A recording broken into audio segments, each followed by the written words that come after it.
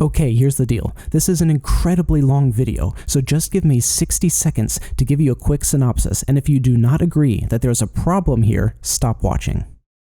The Star Wars sequel trilogy is a Trojan horse claiming to be progressive and empowering towards women and minorities while very subtly doing the opposite. The minorities are treated like jokes and relegated to the side plot as the main focus is on the white people. They say the Force is for everyone but show that only white people deserve to use it. The main heroine is subtly portrayed to be 100% dependent on her male superior for her powers, and she cries more than any other lead character in any other film, reinforcing that women are both physically and mentally weak.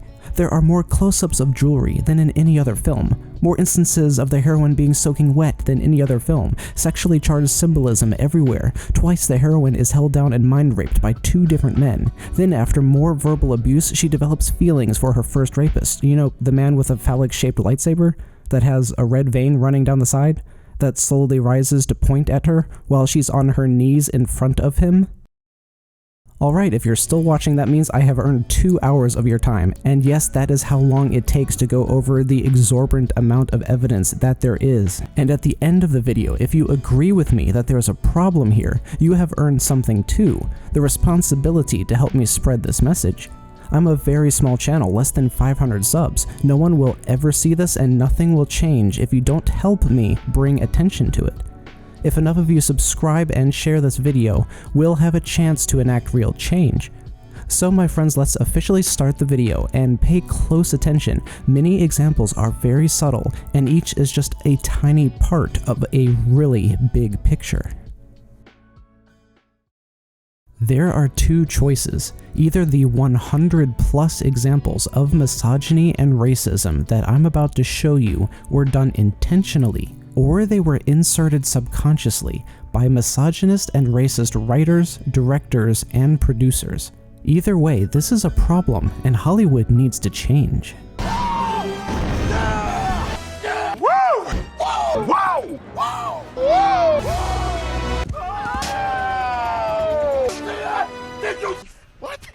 What? Oh, you gotta be kidding me!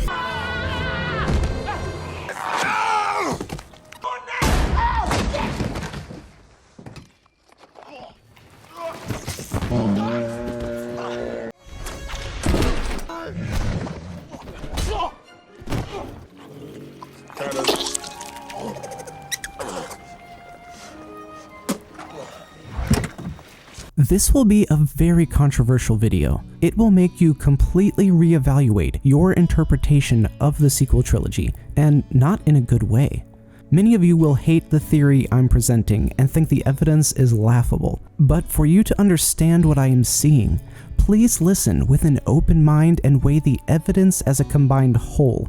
When viewed individually, each example I provide obviously means nothing on its own, but when considered together, there are so many examples of hidden misogyny and racism in the sequels that we can no longer just assume that they were accidents.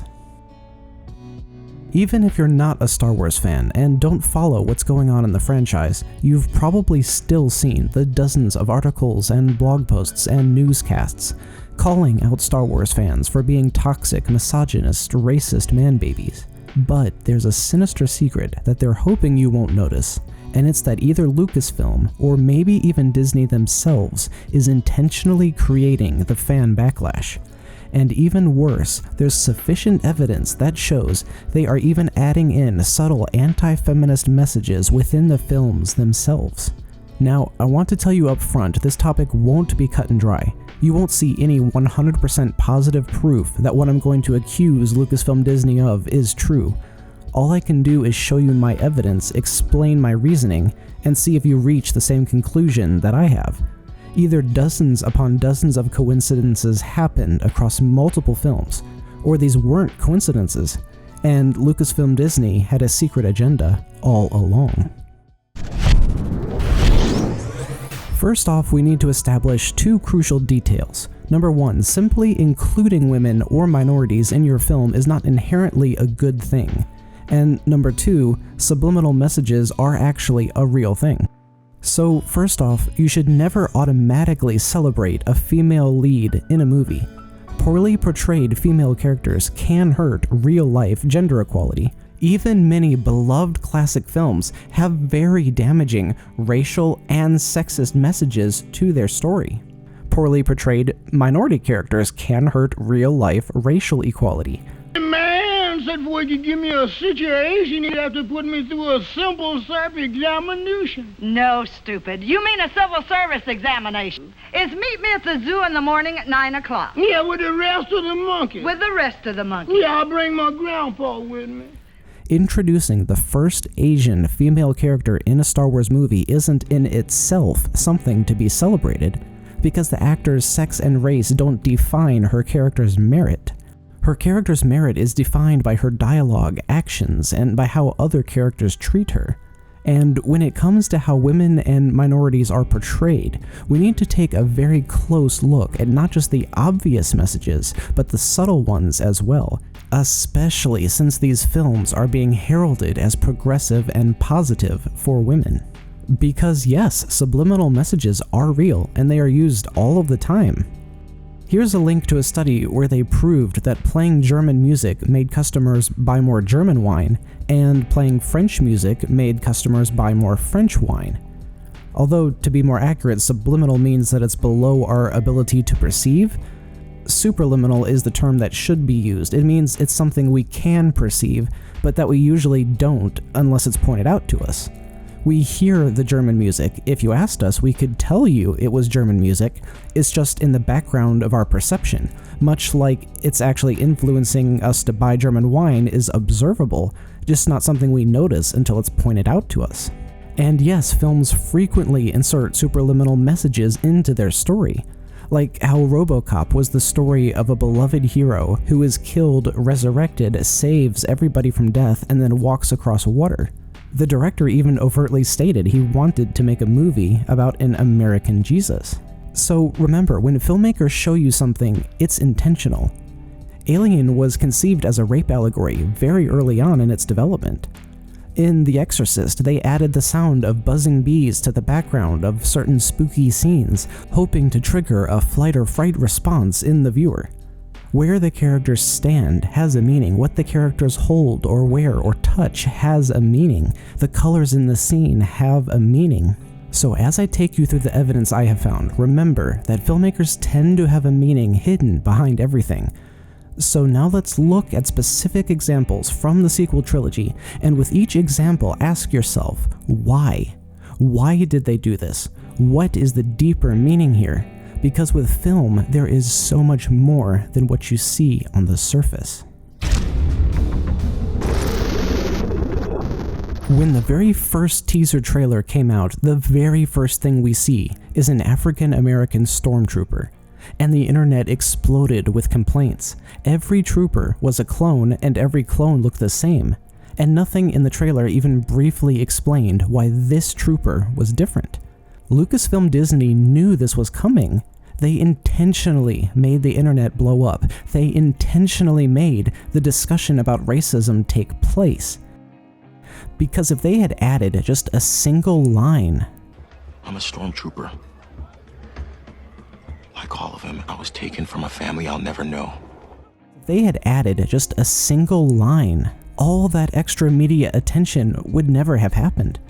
Lucasfilm Disney knew this character completely broke the mold of what we expected from a trooper, and yet they specifically introduced him in a way that would upset fans. Why else do you think they chose this scene to be the very first thing we saw in the very first teaser trailer? We could have seen Finn in a normal outfit and not found out he was a trooper until the movie came out. If that had happened, no one would have cared that he was black, but by this being the very first thing we saw of Finn, and by not inserting any dialogue to explain why he's not a clone, Lucasfilm Disney virtually guaranteed the backlash would happen, and that said backlash would be perceived as racist, even though most upset fans honestly didn't care if he was black. They cared about the story. They cared that he wasn't a clone, because if Lucasfilm Disney was already ignoring previously established storyline, the sequel trilogy was going to be in trouble. And remember, this was the very first teaser trailer that caused the racist controversy. Lucasfilm Disney definitely saw all of the media talking about racist fans hating Finn. So when the time came to release the first full trailer, why not take this opportunity to come out and explain his origins? But they didn't. They intentionally let the racist conversation continue until the film came out. And by that point, the damage was done. Star Wars fans had been widely labeled as racist. And while it's not necessarily a race issue, we also can't forget the whole Russian trolled Twitter bots scandal surrounding The Last Jedi. It was widely reported and believed to be true. Even my not really interested in Star Wars co-workers asked me about it. But quickly the evidence broke down. There was no Russian conspiracy. And the inevitable question is, why didn't Lucasfilm Disney ever step in? Is this a second example of them sitting by and watching while the media blew a non-existent problem completely out of proportion? So, did Lucasfilm Disney accidentally cause the racist fan backlash, or did they intentionally cause the racist fan backlash? Next, let's look at the fact that Finn was initially portrayed in the trailer as the hero, the one who would be taking up the mantle of the Jedi, and nobody cared. Nobody was ranting that there couldn't be a black Jedi. This is further proof that the backlash against a black stormtrooper was truly not a race issue. Fans don't care, they just want a cohesive story, and that desire was twisted by the media to fit an agenda. Then, even though he's introduced as a hero, and we see him help save the day, stand up to Kylo on his own, and become a recognized Resistance hero, we see Finn turned into the comic relief exactly reminiscent of the stereotypical ways the early film industry treated actors of color. And the thing is, these films have never had nor needed a comic relief character. That's what the droids, especially 3PO, were for. They provided the occasional moments of comic relief. This can't be. R2, you're playing the wrong message. Star Wars has never been the type of film that's supposed to have something funny happen every couple of minutes. Stop! Stop it, Finn! I'm in charge. I'm in charge now, Phasma. I'm in charge. And don't overlook the fact that in the most stereotypical decision of the entire film, they made the black guy the janitor. Finn talks multiple times about not only cleaning Starkiller Base, but also cleaning Snoke's ship. What was your job when you were based here? Sanitation. But who knows where the breaker room is on a Star Destroyer? Oh, the guy that used to mop it? Think about it, what was the point of him talking about sweeping and mopping and knowing where trash compactors were? Don't just listen to me, think, what did his character actually gain by being labeled a janitor? Yes, it makes logical sense that normal soldiers would do janitorial work in addition to their other duties, but Finn could have had all the exact same inside knowledge of the First Order without having to make janitorial references.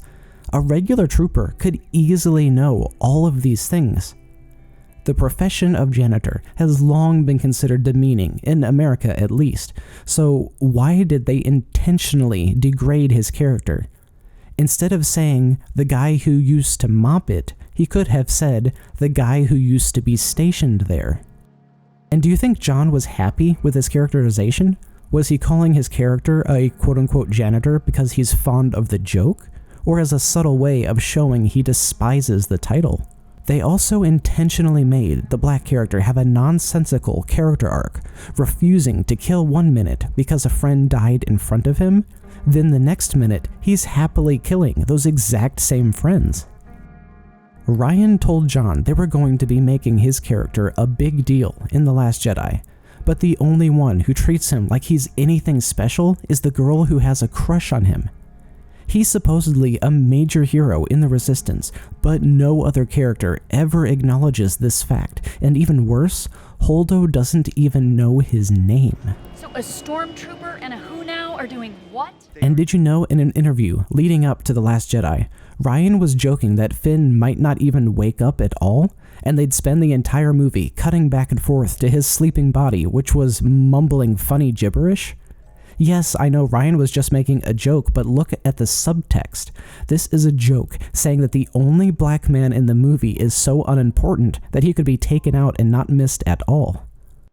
Finn is constantly degraded throughout the entire film.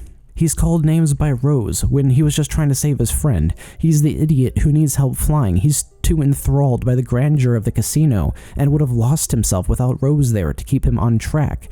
He's stopped from making a noble sacrifice and told he's an idiot. They even wrote a scene where the black man needs an explanation of why slavery is bad, ignoring the fact that his character is the one who's literally been a kidnapped soldier slave to the First Order his entire life. The two movies that we have seen so far have not treated African American actors with respect. And looking at the extended Canto Bight scene, where we see the biggest sampling of characters in the entire trilogy so far, look at how completely whitewashed it is.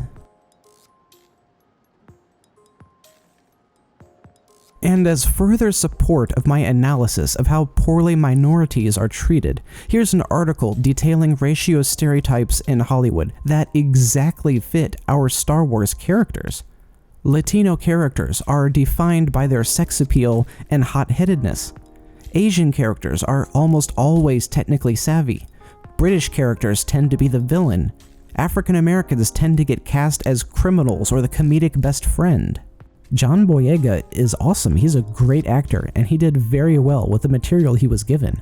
I honestly loved how he pulled off his comedic role in these films. But when we look closer at the character, what message was Lucasfilm Disney trying to show by pushing out fake racist backlash, intentionally portraying the black character as the hero, turning him into the comic relief, and labeling him as the janitor?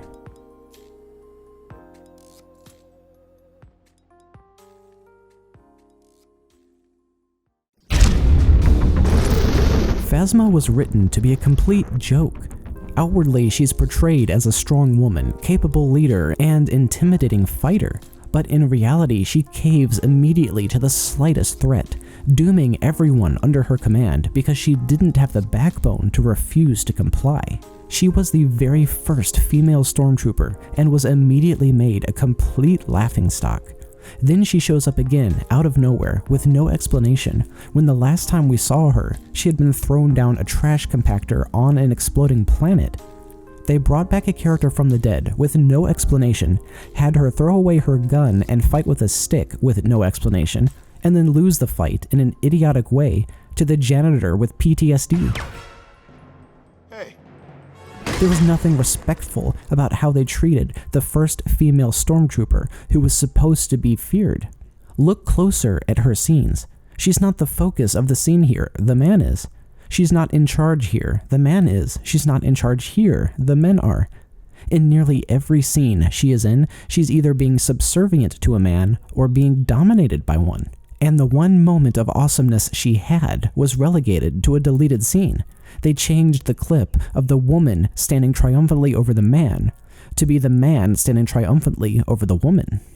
And look at how much they paraded Miss Christie around, making such a big deal about her character, touting their progressiveness. She was built up to be a way more important character, a way more competent character than she ended up playing. And then in a very recurring theme, the woman is given credit for something she did not earn. Well done, Phasma. Phasma had absolutely nothing to do with their capture. It's obviously their BB-8 droid that noticed the intruders, yet they credit Phasma to try to give her weak character more importance. Gwendolyn Christie is awesome. She played one of the most beloved female warriors of our era, so her being a complete joke in Star Wars, was that an accident or on purpose?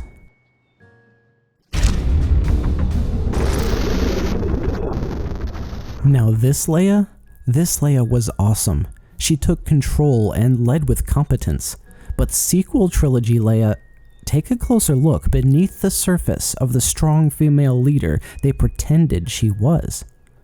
First off, at the beginning of The Last Jedi, Leia stopped helping with the frantic evacuation to change from this blue dress into this other outfit, in addition to completely changing her hair. You couldn't write something more insultingly stereotypical.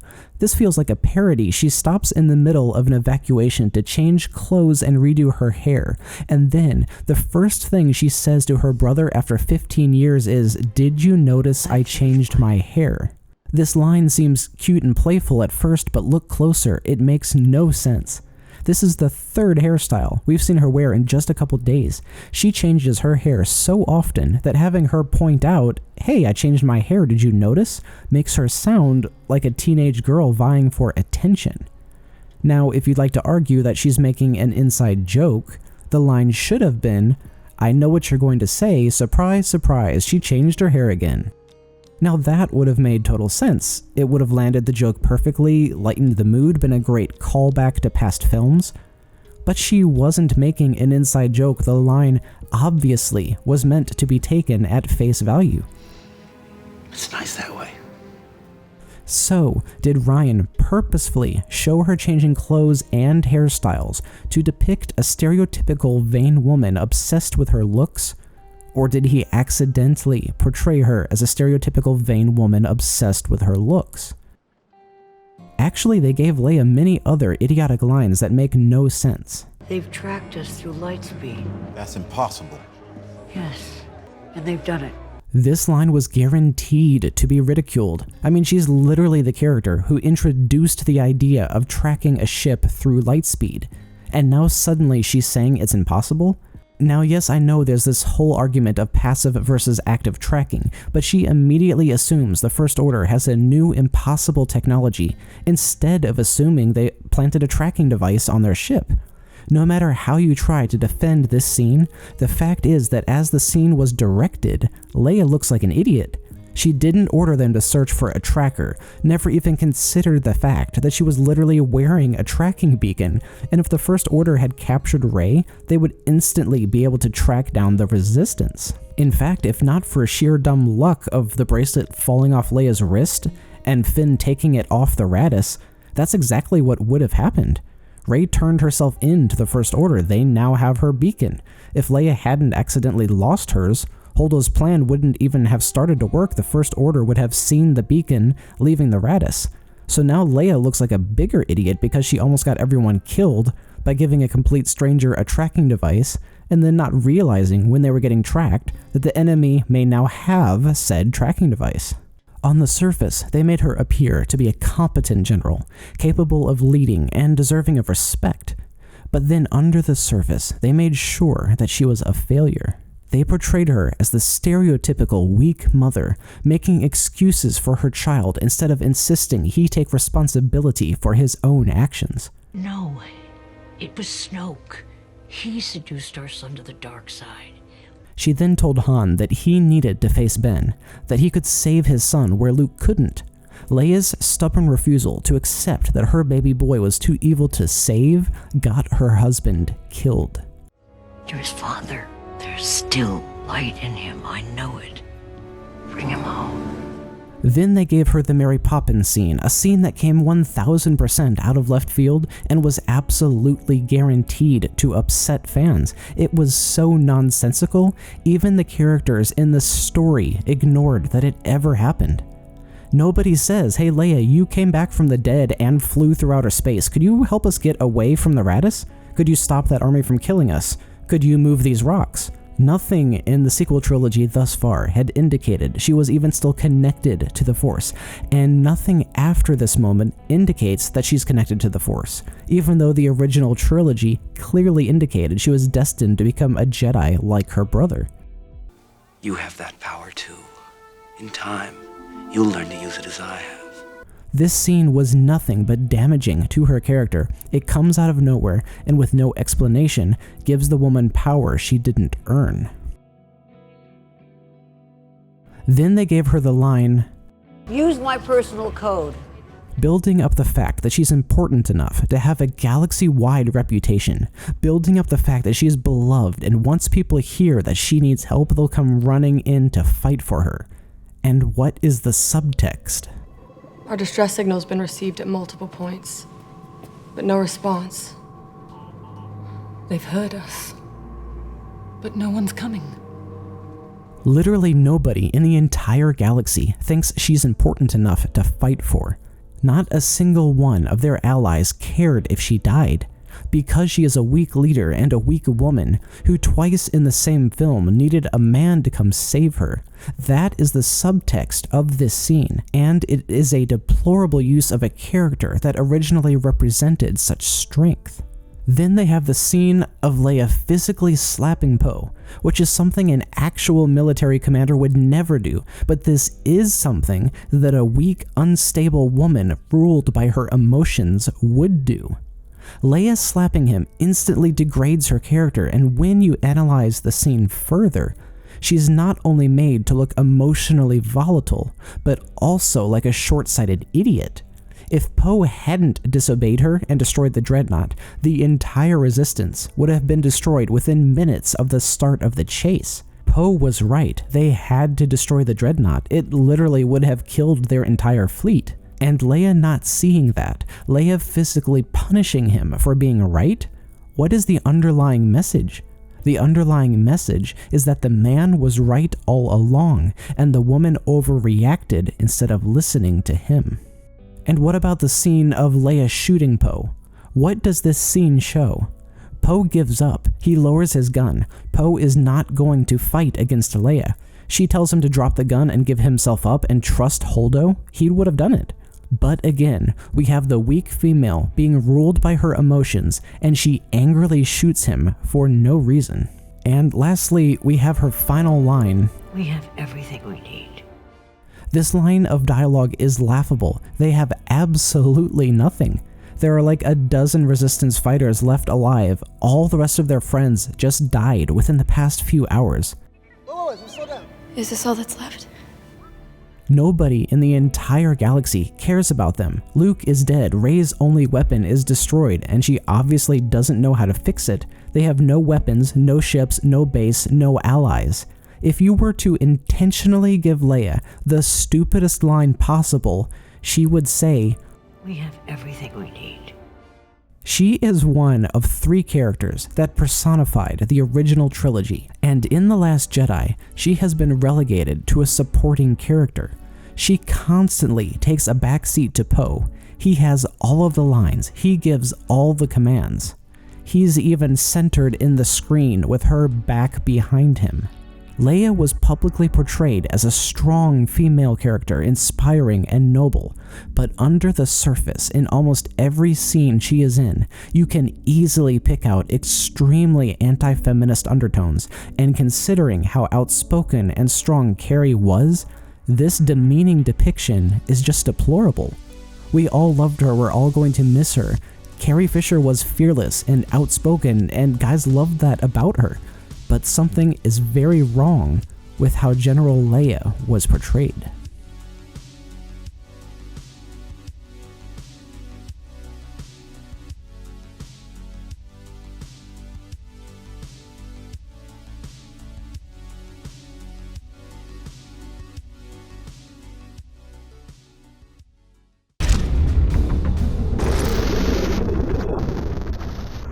Maz was also made into a joke, refusing to give any actual useful information in the first film. A good question. For another time. And blatantly refusing to help them at all in the next film. I mean, the excuse she gives is a union dispute, meaning her employees were asking for a raise and she literally started a war instead of trying to listen to their requests. That's bad enough, but then add on the confusing fact that her entire business was destroyed literally the day before this phone call. She also introduced the brand new concept that objects can now be sentient. It calls to you. Which muddies the entire plot, because now we don't know if the lightsaber was possessed, just like Lucasfilm Disney had this helmet be possessed. And they label these films as progressive, yet add in subtle scenes depicting promiscuous women fawning over rich white men. Yes, he can. And why do I say promiscuous? Because just a day before, either jokingly or for all we know, possibly seriously, she called Chewie her boyfriend. Where's my boyfriend? We've only had 3 scenes with her, and in 2 of those 3 scenes, she talks about romantic relationships with men. Does that really sound like a progressive female character? Additionally, she stoically says they all need to band together to fight the First Order. All of us. Yet, when the fighting actually starts, she runs away and we never see her again. There was even going to be a scene of her actually fighting with them, but it was cut, making her character look like a coward. On the surface, Maz is a wise, quirky, Yoda-type character that I actually really enjoyed. But once you look deeper, what do you actually see? She is a pointless character whose only actual utility in the story is giving something important to a man.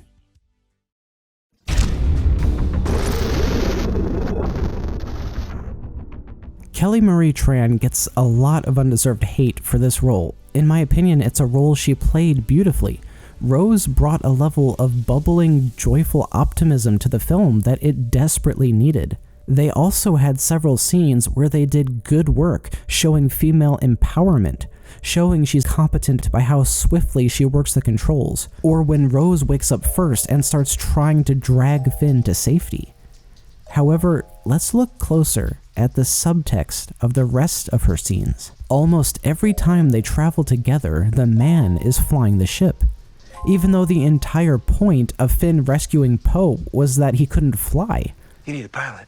I need a pilot. Rose is the mechanic. Why is the guy who doesn't know how to fly in charge? Unless they're subtly showing that even a weak man is better than a strong woman.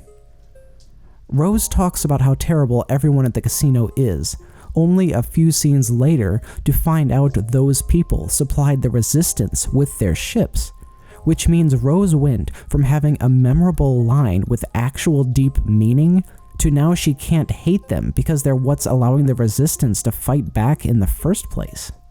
Then look at her line, "saving what we love," which is possibly the most hated line in the entire film. This line only sounds deep and inspirational the first time you hear it. With any intelligent thought, the dialogue quickly breaks down. So why was she given this line? Why was she the one to stop Finn from sacrificing himself? Nearly everyone I've talked with agrees that Finn actually dying here to save the Resistance would have been the perfect end to his character arc. So why did the filmmakers have her stop him and deliver a borderline idiotic piece of dialogue that was almost guaranteed to be criticized? Next example, in the book, it's revealed that Rose was the one who designed the special experimental engine that Poe used to get close to the Dreadnought, and that she's the one who designed the engine's stealth systems that almost let the shuttles sneak past the First Order.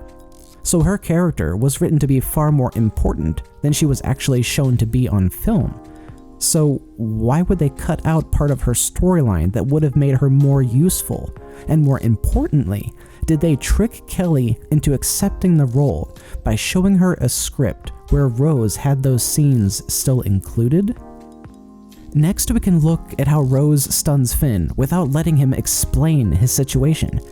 This makes her look weak and emotionally volatile because she just said he's a respected hero, and then immediately changes her mind without even waiting to hear his explanation.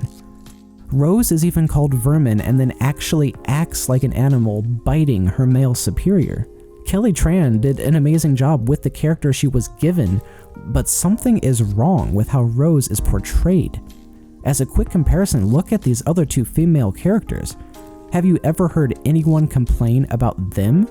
She doesn't have any stupid lines, she doesn't do stupid things that the audience is likely to criticize, so why not? Is the Asian actor being degraded in the same fashion that the black actor was? So a stormtrooper and a who now are doing what? Which brings us to Poe. Because at first glance, he tends to get labeled as a white man, but he's actually also a Hollywood minority, Oscar Isaac Hernandez Estrada, born in Guatemala. The Asian character was treated poorly, the African American character was treated poorly, and the Latino character?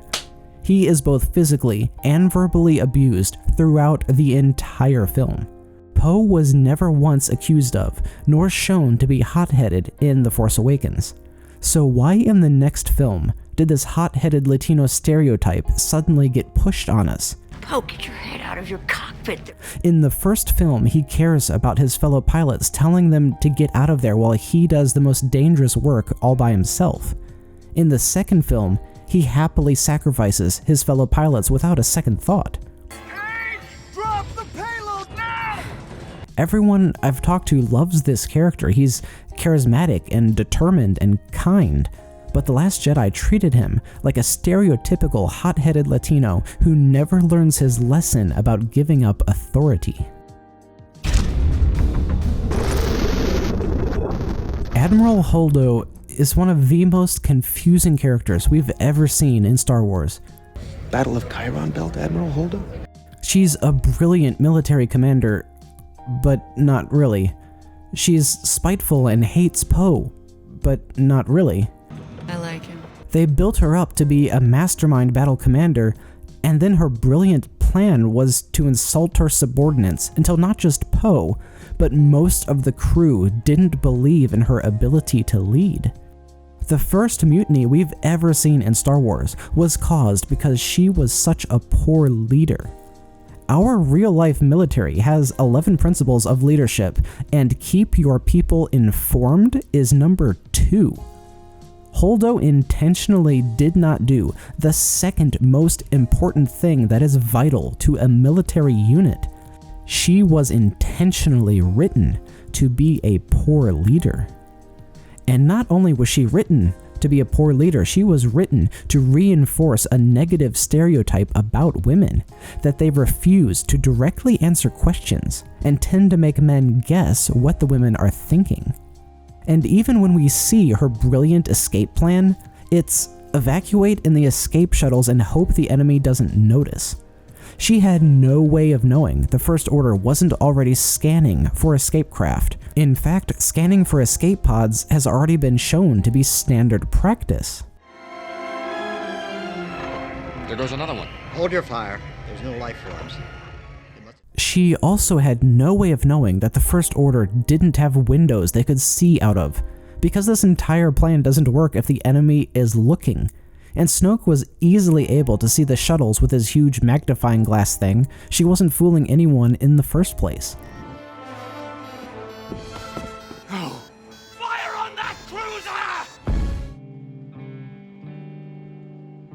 In fact, her plan was so bad, nearly everyone I've spoken with agrees when they first saw the film, they were convinced that she was a double agent for the First Order.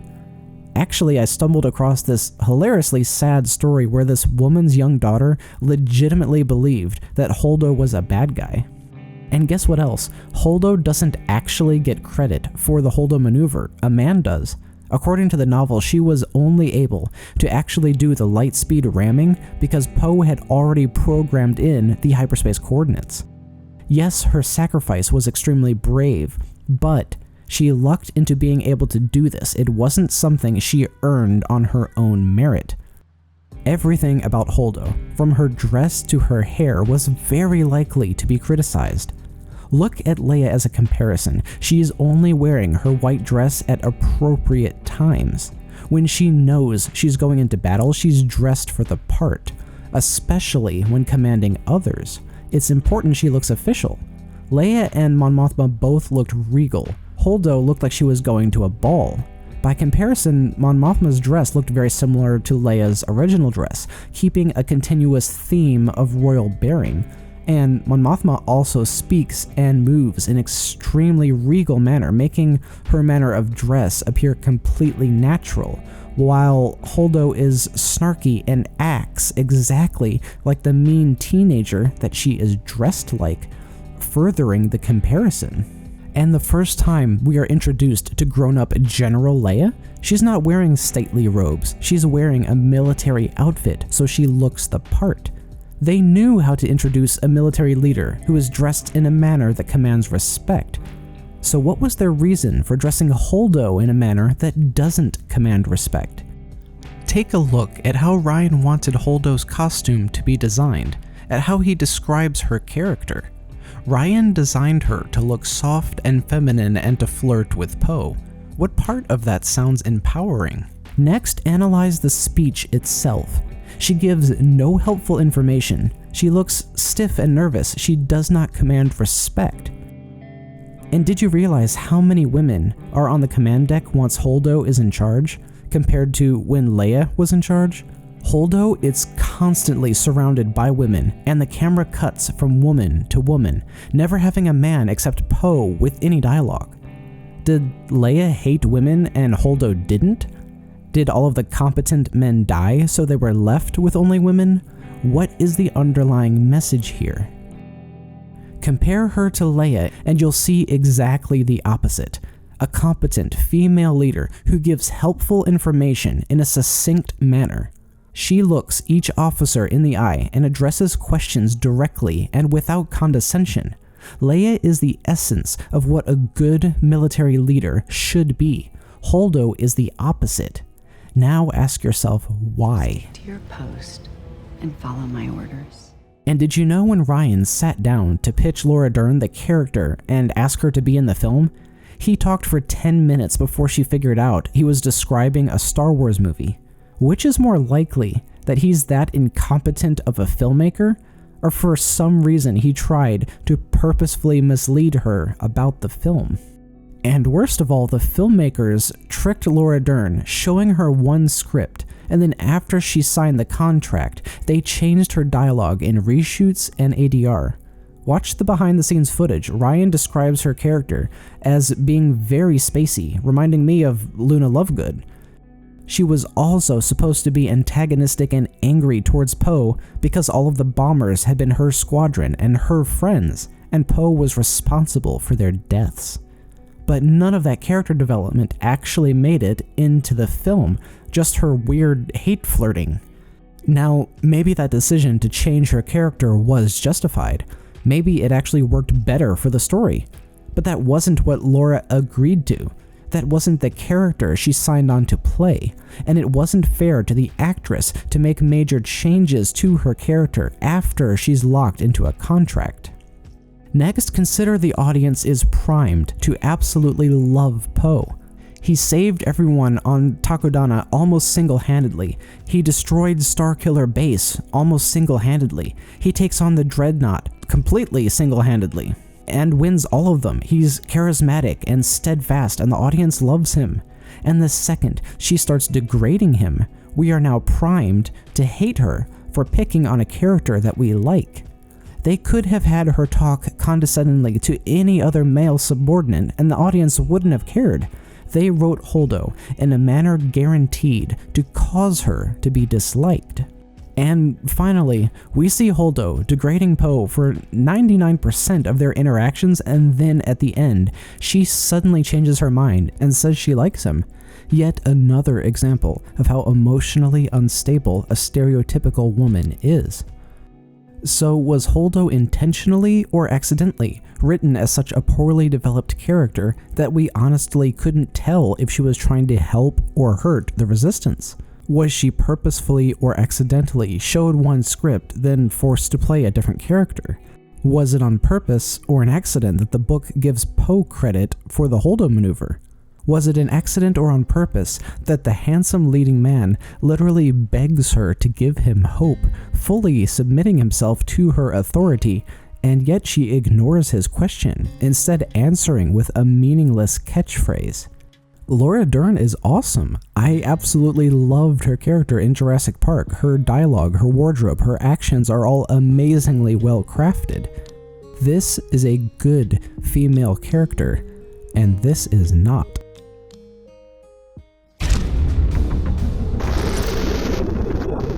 Rey from nowhere. I hardly know where to begin analyzing this character and how terribly she is treated. Rey is the beautiful, single, strong-willed woman, but look closer at how they treat her.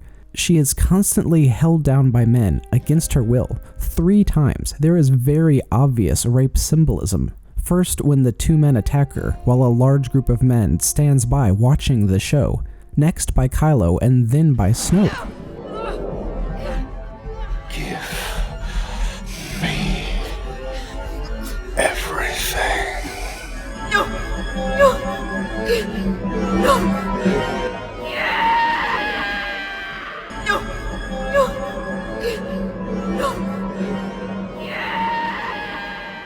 I really can't believe this isn't talked about more. They're not just doing what they want to with her body, they're forcing their way inside her mind.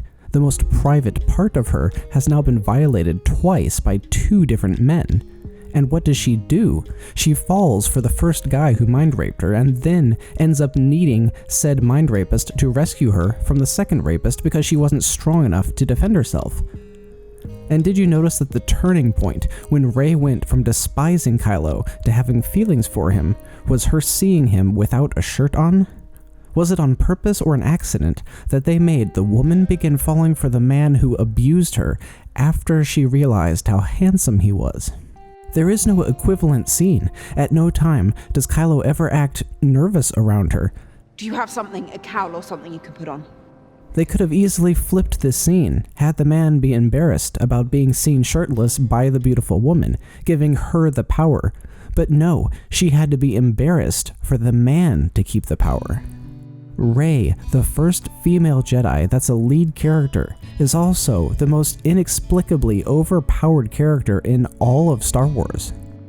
Despite the fact that she appears to be a recluse and rarely talks to anyone, she somehow knows more languages than anyone we've ever seen. Classified, really? No, it's true. We're the only ones on board. You can understand that thing? She automatically knows all about technology she's never seen before. The first time Finn shoots the Falcon's guns, he has tons of trouble figuring it out. What are you doing back there? Her first time, Rey kills 3 TIE fighters with 1 shot. I like this! She automatically knows how to swim without having ever seen water.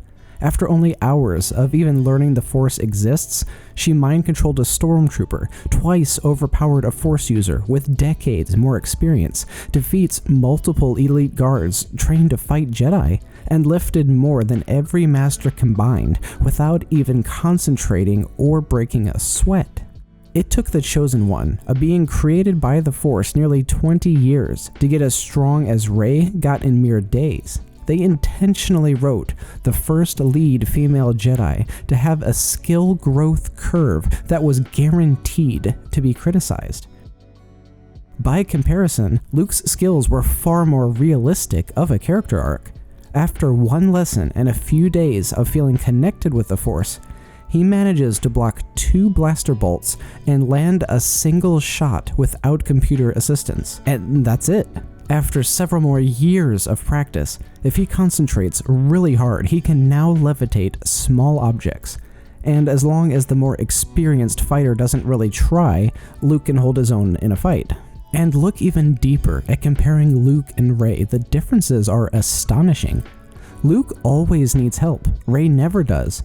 Luke is saved by Obi-Wan twice, saved by Leia in the detention block, saved by R2 in the trash compactor, saved by Han from Vader, saved by Han from freezing to death. He's tested and rejected by Yoda, loses an arm, needs to be rescued again, falls into traps, needs close teamwork with his friends to rescue Han, needs close teamwork with his friends to attack the Death Star, he needs to be rescued by his father. Rey, on the other hand, beats up thieves by herself, easily flies by herself a ship normally requiring 2 pilots, comes up with a plan to save them by herself, saves Han from the pirates, saves Finn from the Raptors, bypasses the compressor on the Falcon, which its owner never thought of, resists being interrogated, and escapes on her own, beats a far more experienced opponent in battle the first time she's ever held a lightsaber, gets hugged by Princess General Leia even though they've never met, is entrusted to retrieve Luke instead of his own sister going. She trains herself to fight when Luke won't. Every time he tries to teach her something, she's the one that ends up teaching him a lesson. Only the second time she fights with a lightsaber, she ends up the victor versus Grand Master Luke Skywalker. The entire reason Yoda's Force Ghost finally showed up was for him to convince Luke that Rey was worth believing in. Yoda, the same character who tried to convince Luke to sacrifice his friends so that he could complete his training, is now saying Rey is so special that she doesn't need training like Luke did. Then Rey somehow convinces Kylo to betray his master that he threw his entire life away for. Rey then saves Ben from being killed, saves the Resistance from the TIE fighters, somehow knows the Foxes are connected to her friends, and then saves the Resistance from the cave-in. Rey is more powerful, more perfect, more likable of a character than anything we have ever seen. The only negative things we ever see happen to her in these films are the times that she is forced against her will by men. She is forced to do what Unkar Pluck wants, forced to do what Kylo wants, forced to do what Snoke wants, forced to do what Luke wants.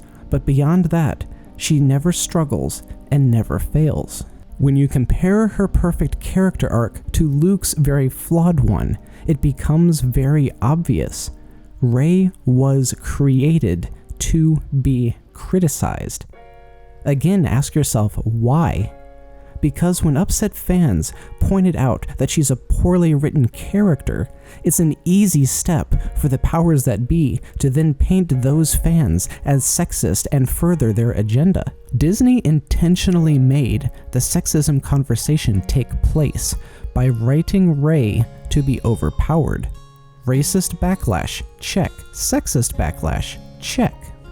Rey is celebrated as an empowered female character, but look closer. She's written to be 100% dependent upon men. Without Kylo, Rey wouldn't even be force sensitive. Snoke flat out says, "Darkness rises and light to meet it. I warned my young apprentice that as he grew stronger, his equal in the light would rise." The Force is only rising in Rey because it is so strong in Kylo. And Rey only learns to use the Force because she downloaded all of Kylo's training accidentally. This is one of the things that gets the most backlash, the fact that Rey was instantly so powerful, more so than any Jedi we've ever seen, even the Chosen One. And the official explanation is that she stole Kylo's training. Let that sink in. The first female Jedi the films focus on was intentionally written so that she didn't earn her skills with blood and sweat over years of practice. Kylo trained for well over a decade to gain his power. Rey learned to use that power in a day. This unprecedented learning curve hurts the character badly.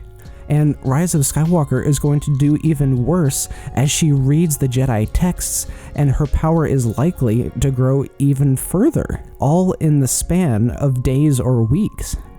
She is written to only have her power because of a man. She is written to only know how to use that power because a man did all of the learning for her. They intentionally wrote the female to be completely dependent upon the male. Then if we look at Rey's emotions, they perfectly reflect the exact opposite of a strong female role model. She forms a bond with the man who murdered her father figure right in front of her. The man who killed all of his classmates and helped murder millions of others. She sided with the man who literally keeps the ashes of all of the people he's killed in his bedroom. The evil man slowly seduced the weak woman and she fell for it, getting more upset with Luke for briefly considering killing someone than she got at Kylo for actually killing someone. Why did you kill him? Did you try to murder him? She also completely ignores the fact that as far as she knows, Kylo either crippled or killed her best friend. She's portrayed as emotionally unstable, falling for Finn in one movie, and then nearly forgetting about him in the next.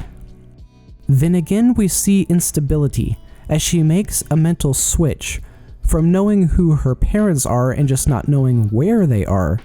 For my family. They'll be back. One day. To suddenly not even knowing who they are. I saw who your parents are. This decision by Ryan to change her backstory made her character far weaker and reinforces the stereotype that women change their minds all the time and don't really know what they want. And then we again see her emotional instability later with Luke. She physically attacks him even though she has zero proof what Kylo said is true. And then a fourth time we see her emotional instability as she goes from absolutely hating Kylo, murderous snake, to developing feelings for him. I'll help you. At least 4 different times, Rey is depicted as a stereotypical emotionally unstable woman, ruled by her emotions, not making logical decisions. And what about this scene? Seems harmless at first, doesn't it? But look closer at the dialogue. I think I can handle myself. I know you do, that's why I'm giving it to you. The dialogue is actually subtly dissing Rey. When she says, "I think I can handle myself," Han says, "I know you do." He's not saying, "I know you can handle yourself." He's saying, "You better take this gun because you think you can handle yourself, but I have my doubts." Now granted, this example of misogyny is so innocuous, I wouldn't have given it a second thought on its own. But now it's just another in a very long list. And I can't help wondering, was it an accident or on purpose that Han appeared to be complimenting her, but was actually dissing her? And did you notice Rey was never actually given a choice about her journey? Obi-Wan asked Luke directly if he wanted to go with him. Rey time and time again told everyone that she wanted to go back to Jakku, and every single man ignored her. In my last video, I analyzed Luke's nonsensical dialogue, and how it either didn't have a competent writer or clearly showed that Luke was mentally insane. Similarly, Rey's dialogue is frequently just as idiotic. She shouldn't know what the dark side is. She has no idea whether Kylo is getting stronger or even what that phrase means. She doesn't know who Vader was. He died, what, 20, 30 years before she was even born? She thought Luke Skywalker was a myth. Every single thing related to the Jedi should be brand new information for her. Her character constantly knows things that she should never have known. Rey's dialogue was written to be criticized. I covered in a previous video how the filmmakers made the decision to re-edit the throne room battle, digitally removing a sword so that Rey never gets badly wounded, a decision that helped further foster the argument that she's too powerful and too unrealistic. Every other man suffers either a physical or emotional loss when they fight a Sith. Luke has his hand cut off, Anakin has a hand cut off, Obi gets his arm and his leg cut, loses his master, Mace gets a hand cut off and lightning out a window. The fact that the woman does not suffer physically like the men do shows that the filmmakers were intentionally treating her differently. And while we're on this scene, we have to acknowledge how badly this scene makes female stunt people look. Analyze this fight scene and Rey is utterly incompetent as a fighter, magically kicking 3 people at once, magically knocking back people for no reason, magically blocking 3 swords at once. The poor stuntmen in this scene were doing everything they could to make the scene work, but it was too poorly choreographed, and Daisy was so poorly trained. This entire scene makes her character even more of a laughingstock once you look below the surface. Next, let's look at the fact that Rey doesn't deserve her own stuff. She doesn't get her own lightsaber, she doesn't get her own ship. They are repurposing things that once belonged to a man, from the source of her powers, to her training, to her weapons, to her ship.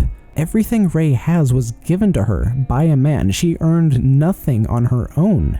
We can also look at her costume change and how she wears her hair down, making her appear more soft and feminine so Kylo will be more attracted to her. Or consider how the camera constantly pans slowly up her body as if the audience themselves is leering at her.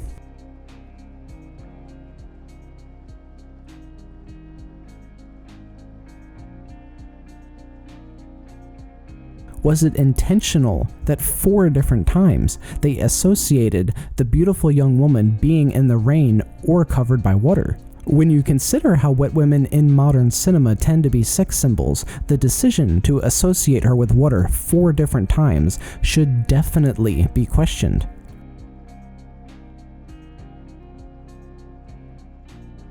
All of the women of Star Wars have been over-sexualized, some far more than others. Granted, with Rey, it's far more subtle, She never shows as much skin as the other ladies do, but I really expected Rey to finally break the mold of trying to draw male fans' interest based solely on her looks. And look at the majority of her dialogue. She's always either talking about Kylo Ren or Luke, not her own needs or emotions. Granted, Leia and Padme probably fall into that trap as well, but they weren't being heralded as progressive female characters, so we need to look closer at Rey in that regard. And did you notice how they intentionally put her in a position of supplication, on her knees in front of a man, which is exactly the opposite of how this scene should have happened. She was furious with Kylo for murdering Han. Snoke should have stoked that hatred, tempting her to the dark side. She should have been standing over Kylo. She should have been in the position of power. But instead of Rey being powerful, we have her shown to be weak. No matter how hard she fights, she can't do anything on her own without a man there to save her. In fact, the beautiful heroine is shown time after time after time to be in a position of supplication. Sleeping Beauty waiting peacefully for her prince to rescue her, going wherever the men lead her. She only left Jakku because of Finn, only went to Takodana because Han took her there, only went to the basement because the lightsaber called her, only went to Starkiller because Kylo took her there, only escaped Starkiller because Chewie rescued her, only went to Ahch-To as a plot device to reintroduce Luke, only went to the tree because the Force called her, only went to Snoke's ship for Kylo, only went to Crate for Finn. Ask yourself, does Rey ever go anywhere of her own free will? Almost all of her dialogue is about Luke or Finn or Kylo.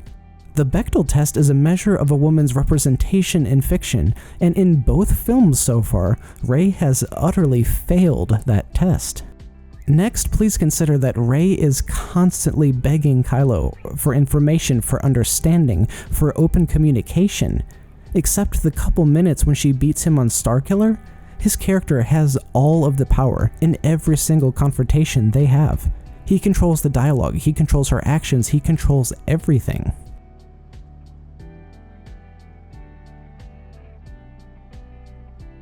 Additionally, let's consider the blatant double standard when it comes to the emotional state of our main hero. The only other time we've seen crying in Star Wars was with Anakin when he turned to the dark side, which was duplicated very well with Kylo. But when you look at how often Rey cries, you'll see that she is treated very, very differently than the male heroes.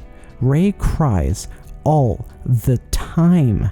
She is constantly, intentionally depicted as the weepy, emotional, weak woman. Are you crying? No. Are you crying? Are you crying? There's no crying! There's no crying in baseball! Now, I actually liked this about Daisy. As someone who has been involved in filmmaking, I really appreciated that she was able to delve deeply enough into her character to be able to cry on cue like this. Daisy did a fantastic job with what she was given, but what she was given was a very misogynistic view of how tough women would actually react in a difficult situation. And look at the scene where they touch hands and compare their reactions. The man is stoic and composed. The woman is an emotional mess, breathing heavily for no reason.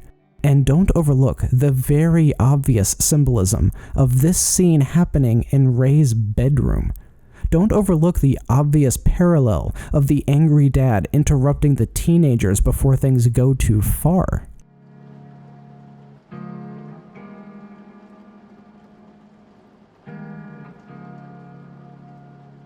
And finally, to wrap up our analysis of Rey, take a look at this quote from Natalie Portman herself. The fallacy in Hollywood is that if you are making a feminist story, the woman kicks ass and wins. That's not feminist, that's macho. A movie about a weak, vulnerable woman can be feminist if it shows a real person that we can empathize with. And therein lies the problem. We can't identify with Rey. Ask yourself, what does Rey actually want? She wants her family, then doesn't want her family, wants to be on Jakku, then doesn't care about Jakku, wants to be with Luke, then doesn't want to be with Luke, wants to be with Kylo, and then doesn't want to be with Kylo. We don't know what Rey actually wants because she wasn't written to be a real person that we can empathize with. Just having a woman as a lead character isn't enough to celebrate equality. You have to look deeper at the subtlety of how her character is portrayed. Daisy Ridley is awesome. I loved watching her interviews. She's intelligent and witty and charming and kind. But something is wrong with how Rey is portrayed. She is not the strong female role model that Lucasfilm Disney wants you to believe that she is. I am writing this script in September. The final film in the sequel trilogy will come out in 3 months. I'm very curious how The Rise of Skywalker will treat the female cast members, because from what we've seen so far, look at this shot. Why did the filmmakers do this? This shot should have had 2 people. The focus is on Poe and Holdo, but instead it's packed full of women who completely box the man in. This shot feels almost claustrophobic. What exactly were the filmmakers trying to symbolize here? The women were being used as symbols for something, although I'm not sure if it was the voice of reason or the opposite. Because first Holdo is surrounded almost exclusively by women, then later she's surrounded by almost exclusively men, while the women have switched to Poe's side. Then when the guns are drawn, the sexes seem to draw up sides, with the 3 women centered versus the 3 men centered. Now, I'm not saying this type of symbolism is necessarily bad, but this feels much more like moving women around like props instead of proper characterization. We can also look at the cinematography, at the actual positioning of the camera and the actors in each scene. And guess what? Even here, we see subtle signs of misogyny. The man walks in front, the man walks in front, the man walks in front, the man walks in front, the man walks in front. Unless she's delivering a line of dialogue. In almost every other shot, the man is in the foreground and the woman is in the background. No. You've been running away from this fight.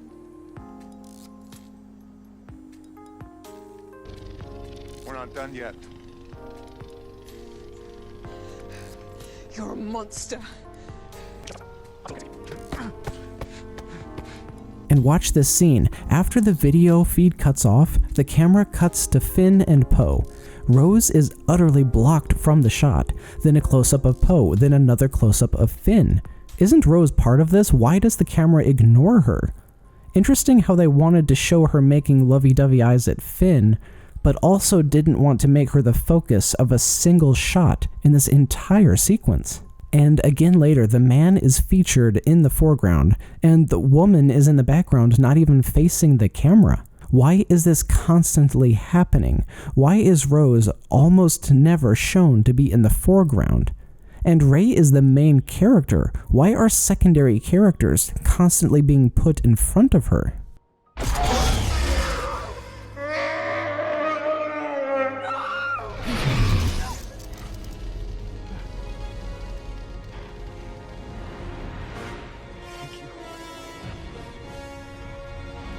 Next, look at this scene. Not only does the man blatantly interrupt the woman mid-sentence, but he also completely blocks her from the camera, like she's not even important enough to be seen. They'd only start tracking us from another destroyer. But if we sneak on board the lead destroyer and disable the tracker without them realizing. And remember, the actors move where the director tells them to, and they say what he tells them to say.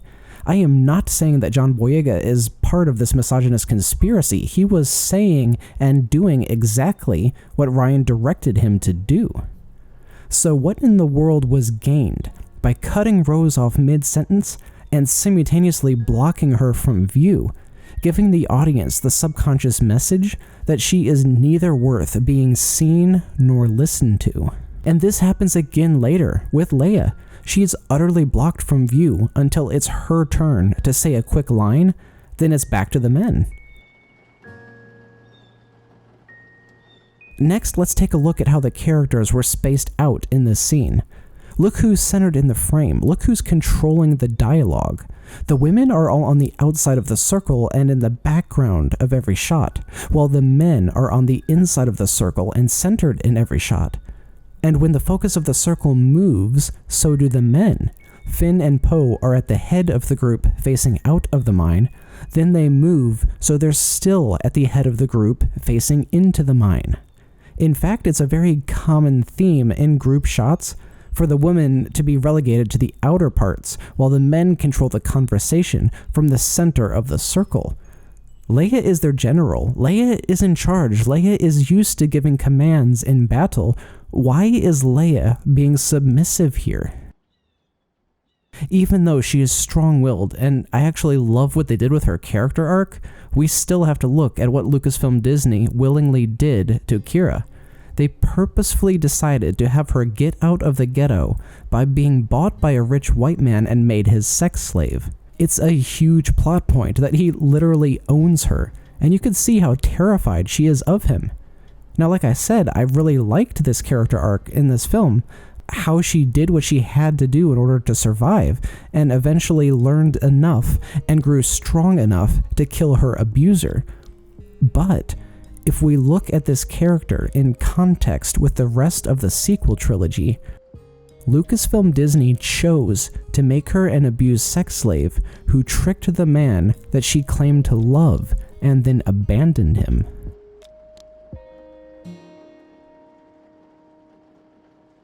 I, along with many others, absolutely love Emilia Clarke. She's one of the most charming, witty, gracious people I have ever seen. But when her character is analyzed alongside all of the other evidence I've presented, Qi'ra is another glaring example of blatant anti-feminist messaging that's hidden in plain sight. Next, let's look at how many examples there are of women physically beating men down. Now, obviously I'm not saying that women shouldn't be awesome and win fights. For instance, this fight scene is perfectly in character and sends a great message about female empowerment.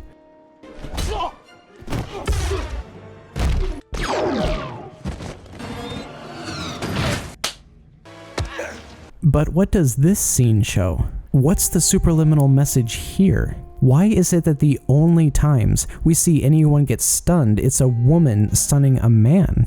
Especially since half of these examples exactly fit the stereotype of women letting their emotions dictate their actions.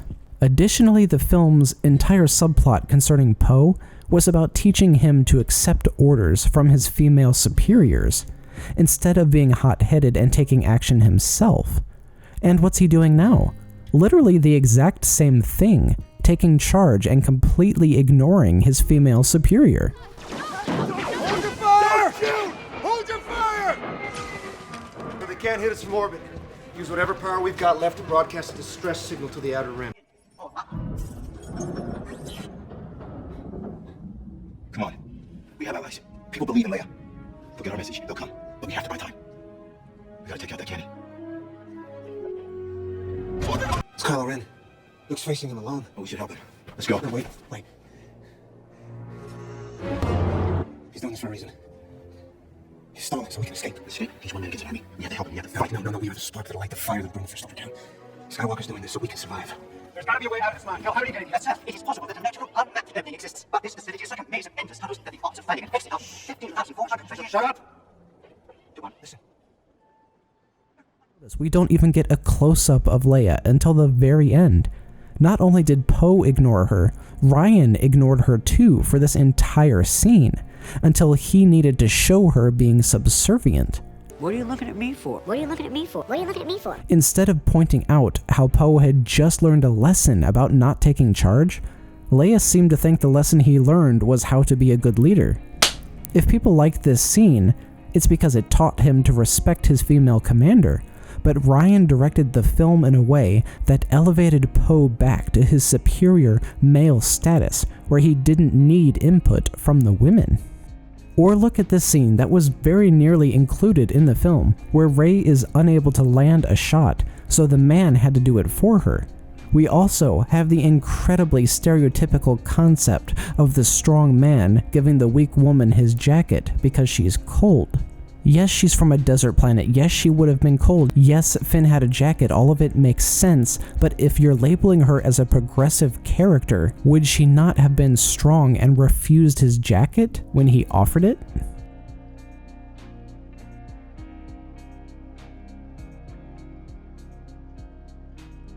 We can also look at the extremely odd fact that Rey and Kylo's personalities are swapped during the final fight scene. He is the Sith fueled by rage. She is the amateur, never fighting opponents like this before, never seeing weapons like this before. But look at their faces during this fight, and you can see their roles are reversed. He looks terrified, like this is his very first fight, and he's not really sure what's happening, while she is constantly yelling in anger at her opponent and jumping aggressively into each battle. This wasn't an accident. Daisy and Adam didn't randomly decide what emotions they wanted to convey. The director did. So what reason could there be for this swap of emotions that made her appear aggressive and him appear weak? And what is the deeper message by showing that she is the only Jedi who is able to channel her anger in battle without losing herself to the dark side? Next, let's look at how the depiction of women sacrificing themselves for the greater good is noble, but the man sacrificing himself for the greater good isn't noble.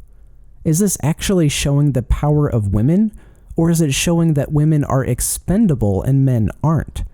That Asian woman died, we'll get another one. That female commander died, we'll just cut to Leia. As long as there's a woman on screen, we'll get credit for being progressive. But I guess we can't let the black man die because we don't have another one of those yet. The women are also given softer curse words than the men. What the hell? Hell, how did he get in here? Bastard! You lying snake! Murderous snake! Also consider the fact that no women are shown to be in physical pain, but the men are. While the women are all ethereal, perfect, even getting blasted into space has Leia looking flawless. Rose is so hurt that she passes out from the pain, yet she's smiling and perfectly serene and comfortable. Rey even gets knocked into a tree so hard that we hear breaking branches, and then she falls 15 feet to land on the ground, and she isn't a bit hurt by it. Leia not only survived being in space, but was also totally unscathed. None of the debris bruised or cut or hurt her at all. Even in her fight scenes, Rey is never physically hurt whatsoever. None of the women experience pain like the men do. Why?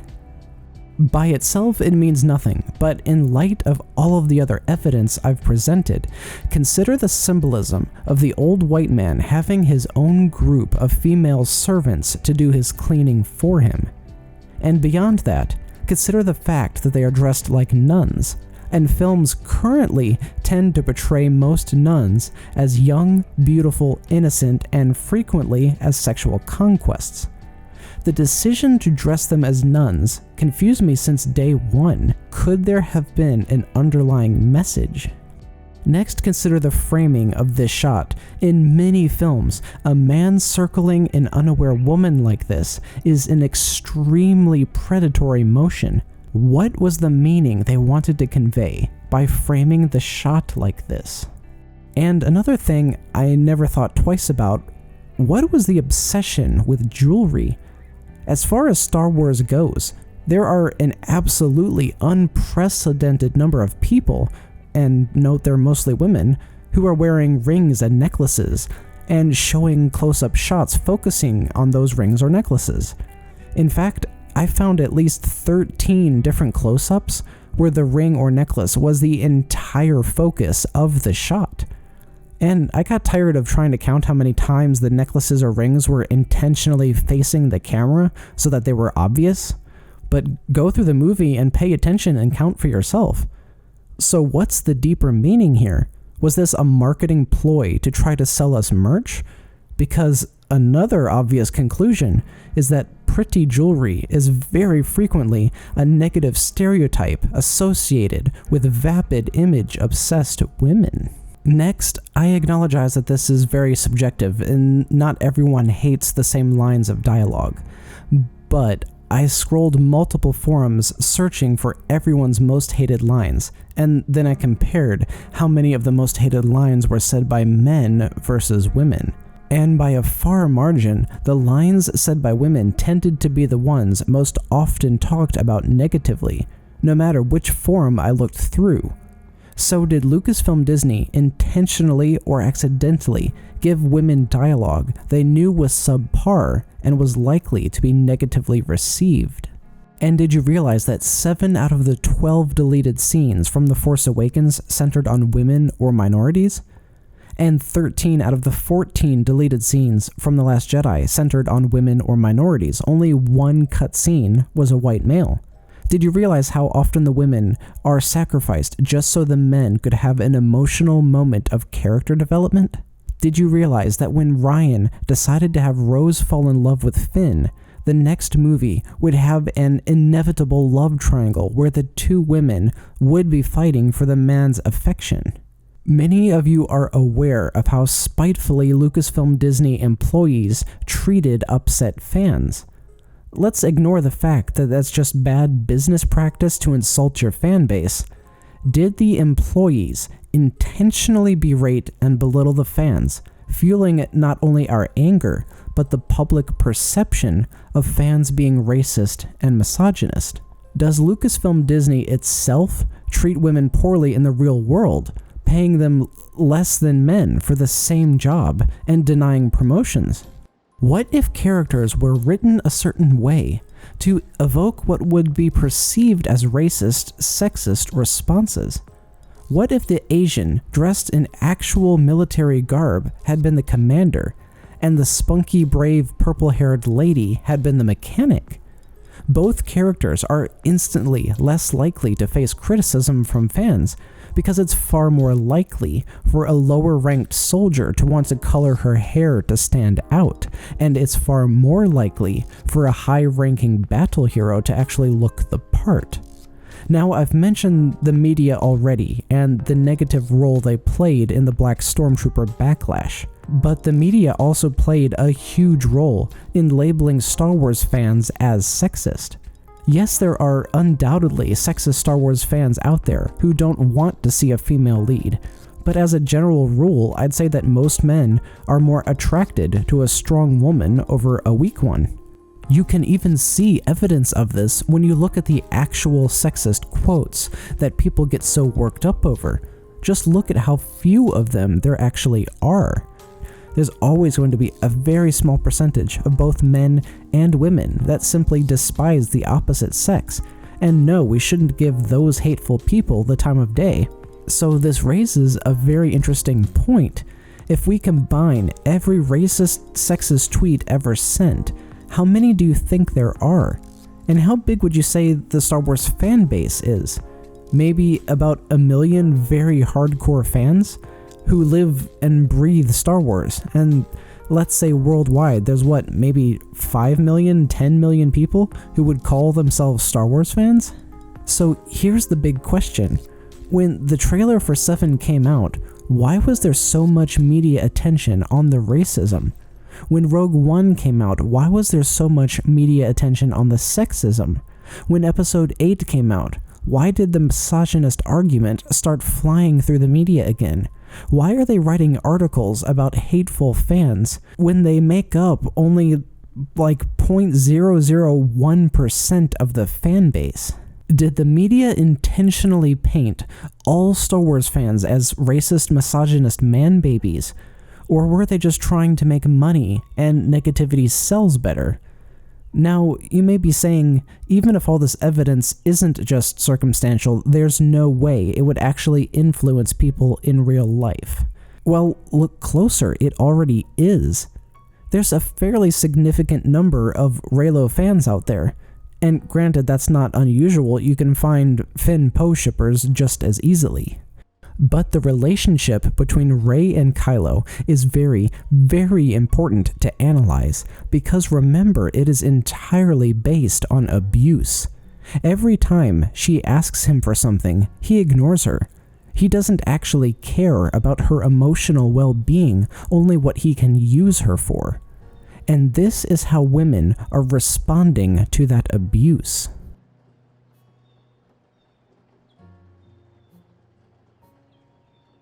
Because of how Lucasfilm Disney handled the sequel trilogy, women now see it as romantic that Kylo forced his will upon her.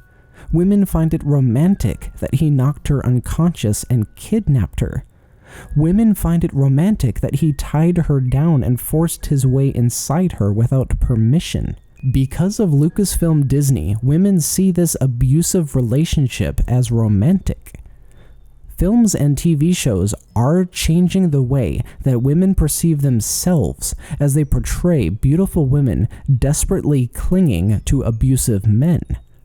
Rey is the exact portrayal of a lonely, desperate woman being taken advantage of. You have no place in this story. You come from nothing. You're nothing. But not to me. This is exactly the sort of abusive manipulation that men use in real life to degrade a woman into thinking she's absolutely worthless to everyone except the one man who is willing to love her. Because Adam Driver is handsome and a fantastic actor, and because all of the rape subtext was hidden beneath the surface, women think this is romantic, when in fact it is subconsciously teaching men that women love you when you abuse them, and teaching women that being abused is what love looks like. And guys, this is important. Many women love this character. He really resonates with many people, because so many of us are desperate for love, yet feel like we are worthless and don't deserve it. Kylo seems noble here, willing to love her despite her not being worth anything. But that's exactly the trap of the abusive spouse, convincing you that you are worth nothing so you'll cling desperately to your abuser. From Rey's perspective, there is nothing in this man that is worth saving. Ben Solo is worth saving, yes, but she never knew him. The filmmakers had Rey develop feelings for the man who tortured and abused her, and now the general public sees this toxic relationship as something desirable. Now, I'm not saying that he was beyond saving. Ben Solo deserved to be saved from Kylo, just like Anakin was saved from Vader. But the difference is that it needed to be Luke or Han or Leia that saved Ben. Having Rey develop feelings for him completely changes the subtext of her character. Because if you look at the hidden subtext of The Force Awakens, it's not just the Force and the Rebel Resistance and the Jedi. You can also see that it's a story about a beautiful orphan girl who found herself going on an adventure with a handsome prince, only to be kidnapped and raped. Through the rape, the young woman finds an inner strength she didn't know she had, and she becomes powerful enough to fight off and kill the kidnapping rapist villain. The subtext of The Force Awakens is beautiful. It supraliminally tells an empowering story of female strength, but any potential this film had was ruined by Rian deciding to have Rey develop feelings for her rapist, especially when you see how young many of the girls are who idolize Rey. These girls are going to grow up thinking that this emotional abuse is what love looks like. And for one more quick example, this is a fascinating interview with Gina Davis about gender equality depicted on film, and it confirms many examples of misogyny that I have covered in this video. It also shows how positive depictions of women can help in real life, as a study found that 58% of people who watched the show said that they were more likely to vote for a female candidate for president after seeing her portrayal of a female president. Portrayals of women in film is vitally important to analyze because it absolutely affects how women are perceived in real life. Now, I know how crazy all of this sounds. Conspiracy theories are fun, but we all know there's never any substance to them. But when it comes to film, there is almost always a hidden, deeper meaning that you have to look closely to see. If a woman is knocked unconscious and something is stolen from her, there is subtext there. And with the sequel trilogy, the amount of hidden subtext is astonishing.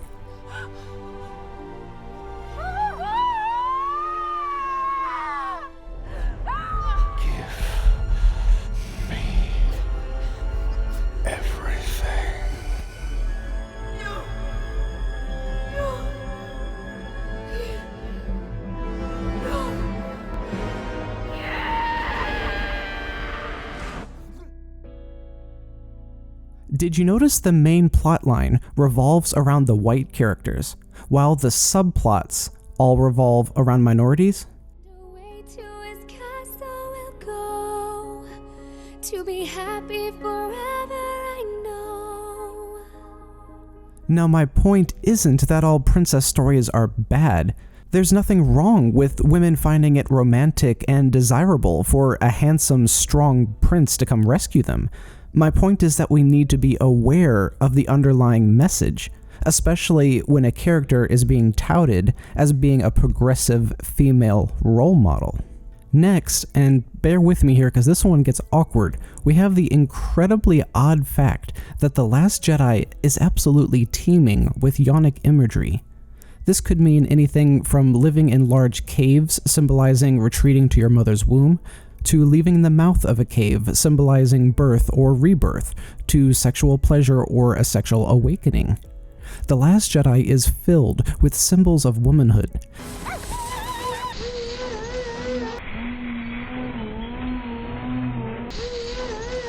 Kylo flies through a tunnel into the belly of his mother's ship. The shuttles heading towards Crate look like sperm swimming towards an egg. The dark caves are yonic symbols of the womb. The alien creature with breasts gives milk to feed Luke. The porgs are frequently shown with babies. The porgs have eggs laying everywhere. The nuns are female.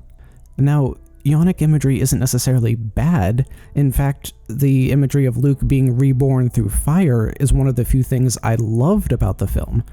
But consider all the other evidence I've presented, showing time after time how the creators mistreated their female characters.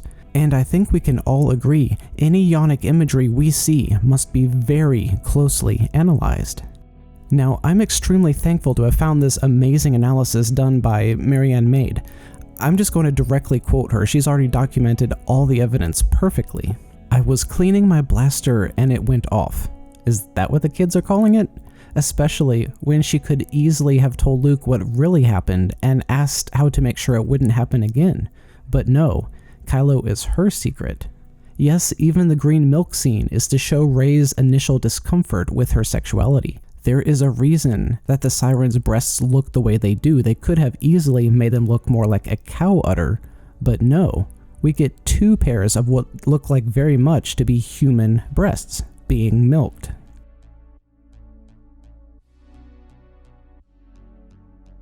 There is shot after shot after shot of them walking through cave walls with obvious yonic openings. Then there's the shot of Rey looking into the hole that's surrounded by not so obvious seaweed, and then her getting utterly soaked with water coming out of the not suggestive at all hole. Beneath the island, a place, a dark place. She points out the symbolism of the fact that Kylo wipes the quote-unquote rain off of his mouth, not off of his forehead or anything like that. I pointed out this scene earlier, but one thing that she mentioned that I had not thought of was the context of Kylo taking off his glove right before they touched. Then there's the symbolism of burning the tree, which I had never realized looks very much like a phallic object. Then she literally lets her hair down to go see him and puts on new clothes and arrives in a very glass-like coffin. Nothing symbolically fairy tale about that. And I had definitely never noticed this about Kylo's lightsaber before, with the definitely not a red vein running down the side. Yes, there was definitely a lot of blatantly sexual female imagery, but was any of that imagery actually positive?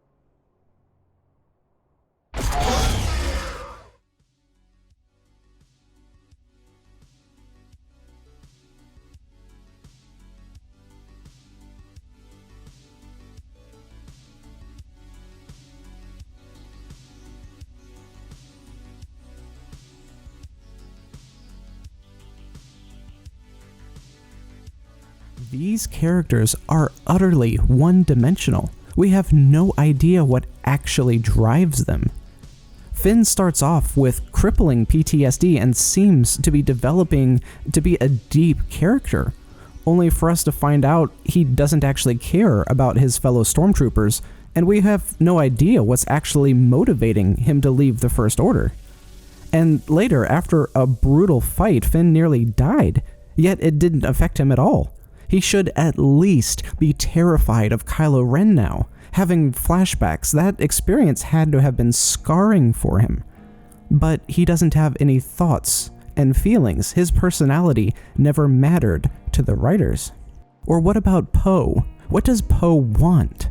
Poe wants more than anything else to get off the command deck, to be in an X-Wing flying around blowing up the bad guys.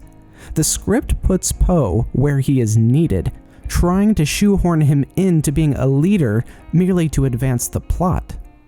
Or Holdo, why is she so secretive? Yes, there may have been a spy on board, and she may have been trying to protect people, but why is she so secretive? In the same situation, anyone else would tell at least one or two other people because a leader needs confidants. Holdo's loading the crew into Shuttles. She's going to abandon ship. Where are you? There is no character development that portrays Holdo's personality. She is only so secretive because she's a one-dimensional character meant to push the mutiny plot forward. Or Rose, what does she want? She's the one consistently talking about saving the Resistance. The fleet is running on fumes. I just hope we're in time. We're running out of time. Yet she instantly sacrifices the Resistance to save Finn? Or was she doing it for her sister? We know the motivation for the white men. Snoke wants to wipe out the Jedi and the Republic. Hux wants to establish a new empire. Kylo wants ultimate power. Luke wants to be left alone to die. They're still not extremely well-developed characters, but the white men are definitely not as one-dimensional as every other female or minority character we see.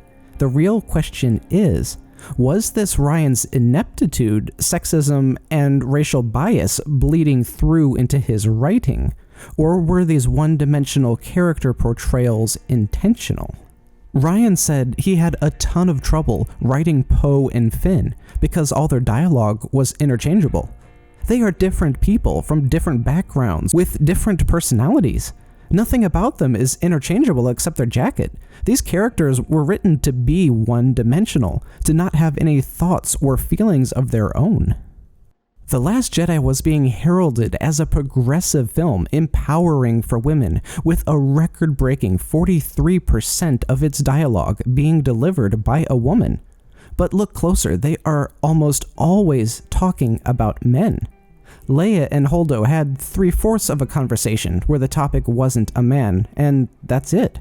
Nearly all Rey's lines are about Kylo or Luke or Finn. Nearly all Holdo's lines are about Poe. Nearly everything Leia says is in response to a man. This film may have had a record-breaking 43% of female dialogue, but try taking out every line where they talk about men and see how much of that 43% is left.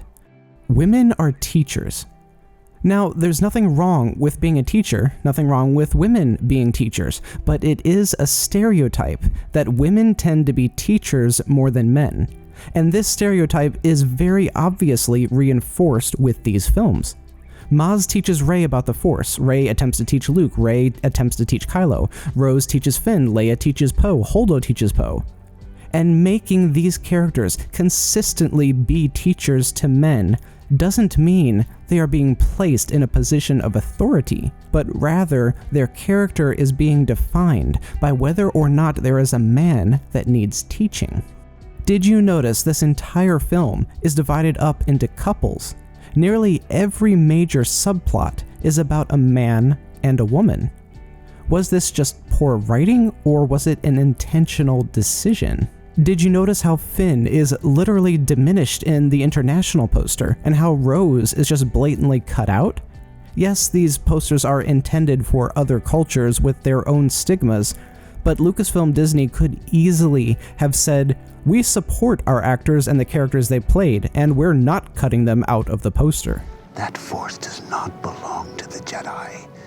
Did you notice they're trying to present the Force as being universal, able to be used by anybody, but they show us that only white people deserve to use it? Did Rian introduce Rose and keep Finn and Rey separate for nearly the entire film? Because minorities having relationships is fine, but whites and blacks can't mix?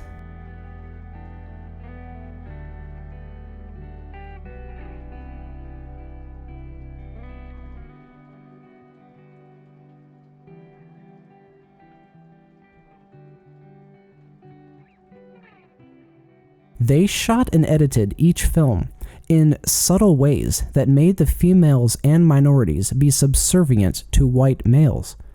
The female characters were written in such a way that made them look incompetent, weak, and irrational. Lucasfilm Disney laid the bait for fans to get upset. Fans got upset, and their upset was misinterpreted. The media latched on to the misinterpretation and used the tiny minority of complainers to label all Star Wars fans as misogynist racists. Did Lucasfilm Disney intentionally incite the racist backlash, or did they do it accidentally? Did Rian intentionally give Leia a line talking about her hair to portray her as a stereotypically vain woman, or did he do it accidentally? Did JJ intentionally tell Daisy to stand behind John time after time after time? Or did he not realize that his main character wasn't being properly framed in the shot? Did JJ intentionally write the first female stormtrooper to be a spineless coward? Was it intentional that every single female character has enormous flaws? Rose's dialogue was stupid, Holdo's actions were stupid, Leia's judgment was stupid. Was it intentional that the first lead character, who was a female Jedi, was entirely dependent upon the big strong man giving her the ability to use the Force? Was it intentional that when the woman punishes the man for being wrong, it turns out he was right all along? I have covered over 50 different examples of scenes that have hidden subtext against women and minorities, and I'm positive there are many more examples that I have yet to find. Now, I'll admit I haven't fully analyzed the other 6 films looking for anti-feminist undertones. It's possible that they are present in every film, because the scripts are all written by mainly white men who aren't necessarily ill-intentioned, but who just don't understand women or minorities well enough to properly write their characters. But as far as positive female portrayals in Star Wars films go, I do want to give credit to one film.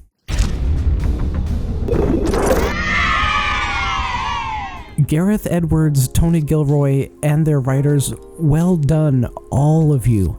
After the frankly depressing results I had reviewing the other Lucasfilm Disney films, analyzing Rogue One was an utter reversal. In this film, women are empowered in every scene in every way. They dress appropriately for their characters. They act appropriately for their characters. They have well-crafted dialogue, beautifully choreographed fight scenes. The women walk side by side with the men as equals, not trailing behind them looking subservient. The women experience physical pain exactly as the men do. The women aren't portrayed as Barbie dolls obsessed with their looks. They're dirty and grimy and messy and real. The wife is strong and brave, ignoring the traditional stereotype of protecting the child to go stand by her husband, and instead trusting the child to defend herself. The young girl is brave and smart and resourceful, managing to stay hidden not just in this moment, but for the rest of her life. Jin's first scene as an adult sets the perfect tone for her character, showing her being relatable as she starts off nervous at being captured, only to show her toughness and skill in battle. Her character development was solid, as we soon find out that she was the best fighter this brutal man had ever trained. We're going to Jeddah. That's a war zone. Trust goes both ways. The brave man gives her a command, and she refuses to obey. Not out of spite. She doesn't insult him. She doesn't patronize him. She needs a gun. He is being irrational. He'll have to trust her for this to work, and she calmly lets him know without getting emotional. The woman darts into the thick of battle to save the child, instead of having the stereotypical brave, strong man be the hero. We see time after time that Jin is an expert combatant, trained in a variety of weapons. Both Jin and Rey were searching for their families, except not really, because even though Rey talks about getting back to her family all the time, she never once actually does anything about it. Jin sees the opportunity to find her father and takes off on her own. Rey doesn't even try to go look for her family. Her depiction is the epitome of the stereotypical weak Disney princess who sits around waiting and only escapes from her dismal life when her prince rescues her. Jin doesn't constantly start crying like Rey does. She is strong and in control of her emotions. I do wish they hadn't made the stereotypical decision to have the woman unable to face that her loved one died, so she had to be rescued by her man.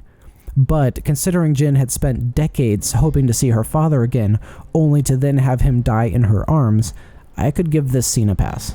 Jin is insightful and unafraid to confront someone to their face. And it's not just Jin that's amazing, all of the women are. When Mon Mothma walks in, it's not as a secondary character, but with an air of power. She doesn't say a word, yet she commands attention and respect. Look at the War Council. The women are featured prominently and equally. We also don't see women relegated to the outside of the circle like they are in The Last Jedi. We even see a scene of the men lining up in respect before Jin, vowing to fight for her. The woman gives the heroic speech, not the men like in The Last Jedi. The man asks permission from the female leader to begin the attack, instead of usurping her authority like Poe constantly does to Leia.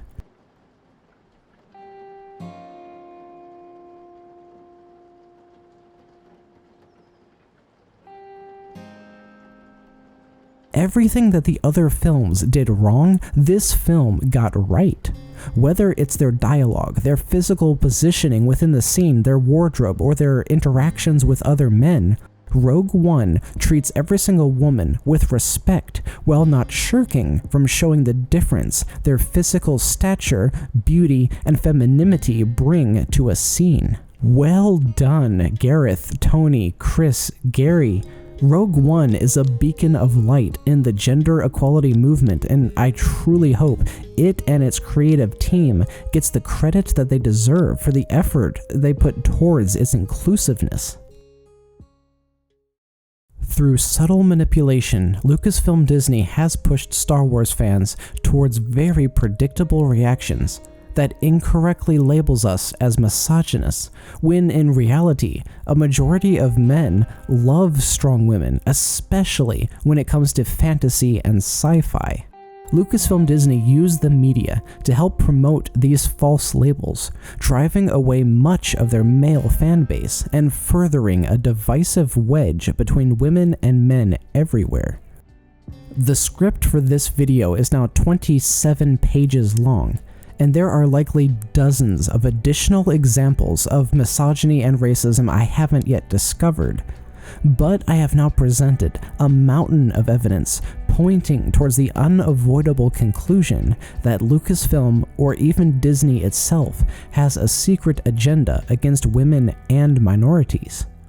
But as a very ironic conclusion, I have to admit the possibility that all of this is a coincidence. Lucasfilm Disney setting up secret supraliminal messages against women and minorities, that's a conspiracy theory that just doesn't make sense to their overall financial strategy, which, if we're honest, is all they really care about as a company. It's far more likely that the writers and directors just didn't know how to properly write female or minority characters. It's far more likely that most of the writers are white men, that any subconscious bias against minorities leaked into their writing, but they're not even consciously aware that they have these racist tendencies. It's far, far more likely that these hidden biases against women are present in all men, and those biases just leaked through into the scripts.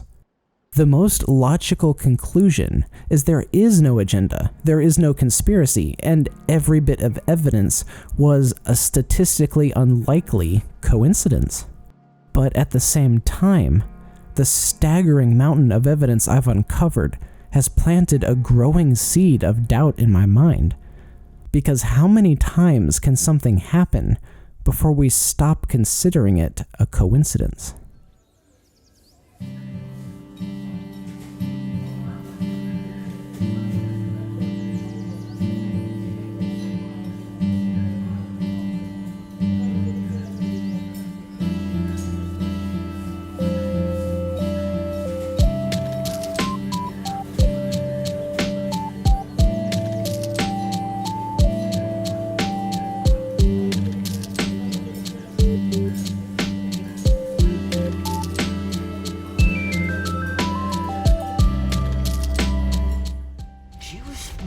Interested in protecting the light than she was seeming like a hero.